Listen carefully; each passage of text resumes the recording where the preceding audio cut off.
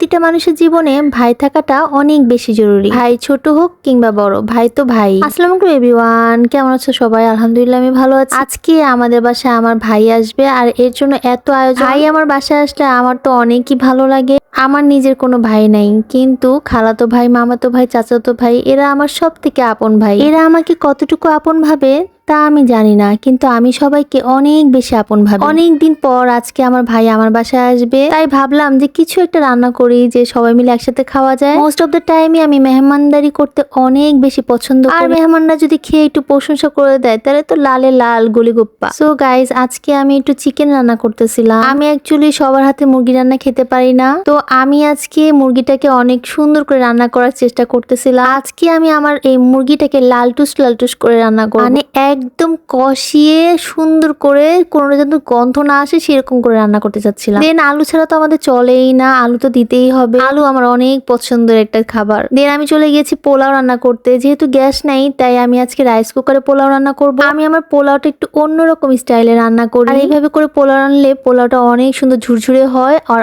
অনেক মজা হয়। জাস্ট পেঁয়াজ, কাঁচামরিচ, একটু লেবুর রস দিয়ে দিব পোলাওতে, আর লবণ আর তেল দিয়ে পোলাওটাকে হালকা করে মানে সুন্দর করে মাখিয়ে নিব, একদম হাত দিয়ে চটকে চটকে। মাখানো হয়ে গেলে এখন আমি এটাতে পানি দিব পরিমাণ মতো, তারপরে আমি চুলায় বসিয়ে দিব। লেবুর রস দিলে কিন্তু পোলাওটা ঝুরঝুরে হয় আর অনেক বেশি ভালো হয়। ছোটবেলা থেকে আমাদের অনেক ইচ্ছা ছিল আমাদের একটা ভাই থাকবে, কিন্তু ভাই ভাই করতে করতে আমরা 3 বোন হয়ে গেছি। আর এই যে দেখো আমার মুরগিটা এত সুন্দর হইছে আর এত সুন্দর ফ্লেভার আসতেছিল, আমার তো এখন দেখে আবার খেতে মন চাচ্ছে। দেন আমি একটু গরুর মাংসের জন্য আলু ভাজতেছিলাম। আমরা সবসময় আলু ভেজে তারপরে মাংসের দিই। এটা ছিল আমার মুরগির লাস্ট ফিনিশিং। যে দেখি ঘড়িতে একদমই 2টা থেকে 2:30 বেজে গেছে। ভাই কিন্তু এসে বসে আছে। হালকা একটু চিনি দিয়ে দিয়েছিলাম যাতে খাবারের সাথে একদম মিনারে চলে আসে। আর এই যে দেখো আমার পোলাওটা একদম হয়ে গেছে, আলহামদুলিল্লাহ অনেক সুন্দর ঝুরঝুরে একটা পোলাও হয়েছে। লাস্টে আমি কিন্তু চিনিও দিয়েছি পোলাওতে। আজকে ছিল গরুর মাংস, মুরগির মাংস, বেগুন ভাজা আর পোলাও। আমার জন্যই সবাই বসেছিল, কারণ আমি একটু শাওয়ার নিতে দেরি হয়ে গেছে। খাবার বলতে গেলে আমার একা একা খেতে মোটেই ভালো লাগে না, সবাই মিলে একসাথে খেতে আমার অনেক বেশি ভালো লাগে। আমি কিন্তু মাটির প্লেটে ভাত খাই,